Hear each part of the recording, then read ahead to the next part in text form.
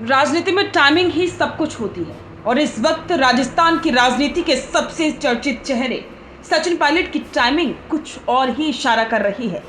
जब राजस्थान की गलियों में उनके भविष्य को लेकर कयास लगाए जा रहे थे, तब पायलट जयपुर से हजारों किलोमीटर दूर केरलम के तटीय इलाकों और असम के चाय बागानों में पसीना बहा रहे हैं। सवाल सीधा है, क्या केरल और असम की अग्नि परीक्षा राजस्थान की गद्दी तक पहुंचने का वो रास्ता है जिसे पायलट को हर हाल में पार करना है?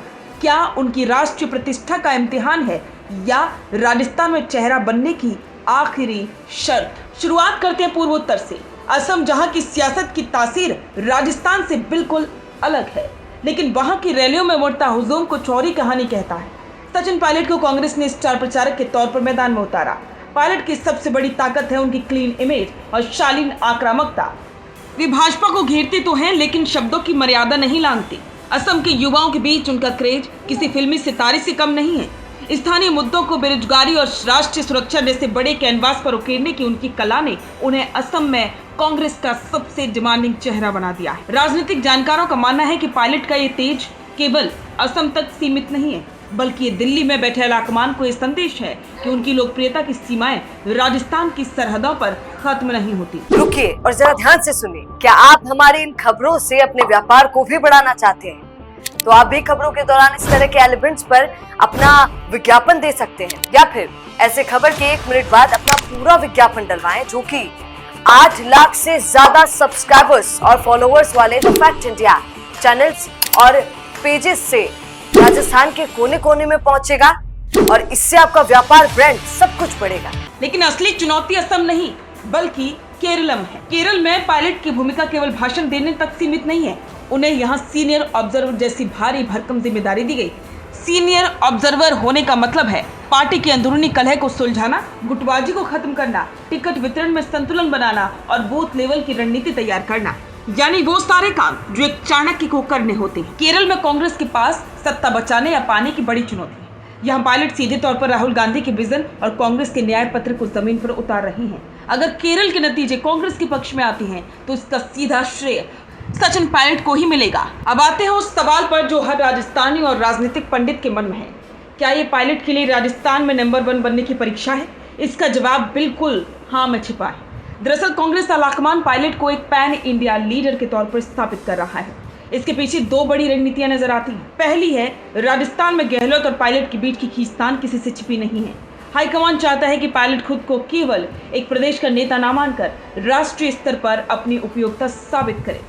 अगर वे केरल और असम जैसे राज्यों में नतीजे दिलवा पाते हैं तो राजस्थान पर उनके दावे को नकारना अलाकमान के लिए नामुमकिन हो जाएगा। दूसरा, धैर्य की परीक्षा। राजनीति में रिवॉर्ड काम के आधार पर मिलता है। पायलट ने पिछले कुछ सालों में जो धैर्य दिखाया है, ये चुनावी जिम्मेदारियां उसी धैर्य का अगला चरण है। ये एक किस्म का प्रोविजन पीरियड है, जिसे पार करने के बाद राजस्थान की कमान उनके हाथों में सौंपने की राह बिल्कुल आसान हो जाएगी। लेकिन ये रास्ता कांटों से भरा है। अगर इन राज्यों में नतीजे उम्मीद के मुताबिक नहीं रहे तो विरोधी इसे पायलट की विफलता के तौर पर पेश करेंगे। पायलट इस वक्त एक दोधारी तलवार पर चल रहे हैं। उन्हें दिल्ली में अपनी वफादारी और क्षमता साबित करनी है तो जयपुर में अपनी पकड़ बरकरार रखनी है।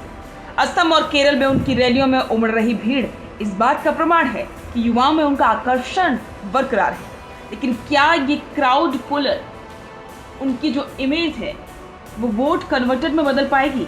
यही वो पैमाना है जिस पर पायलट की अगली पारी टिकी है। सचिन पायलट इस वक्त अपनी पूरी ऊर्जा झोंक रही हैं। वे जानती हैं कि राजस्थान का रास्ता दिल्ली और तिरुवनंतपुरम से होकर गुजरता है। वे केवल प्रचार नहीं कर रहे बल्कि अपनी उस राजनीतिक साख को दोबारा गढ़ रहे हैं जिसे पिछले कुछ सालों के घटनाक्रमों ने थोड़ा सा धुंधला किया था।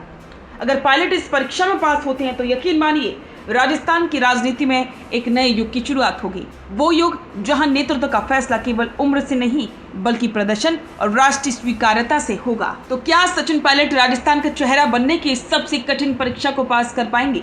अपनी राय कमेंट में जरूर बताएं। बिजनेस अच्छा हो सकता है, लेकिन अगर नाम नहीं दिखा तो पहचान कैसे बनेगी? अब टेंशन छोड़िए, द फैक्ट इंडिया आपके बिजनेस को देगा वो पहचान जो पूरे राजस्थान में हर किसी तक पहुंचे। न्यूज चैनल पर विज्ञापन, पॉडकास्ट और प्रमोशन के जरिए आप सीधे 5 लाख सब्सक्राइबर और 10 करोड़ से ज्यादा व्यूज तक अपनी पहुंच बना सकते हैं। तो देर किस बात की, आज ही द फैक्ट इंडिया से जुड़िए और अपने बिजनेस को बनाइए हर घर का नाम।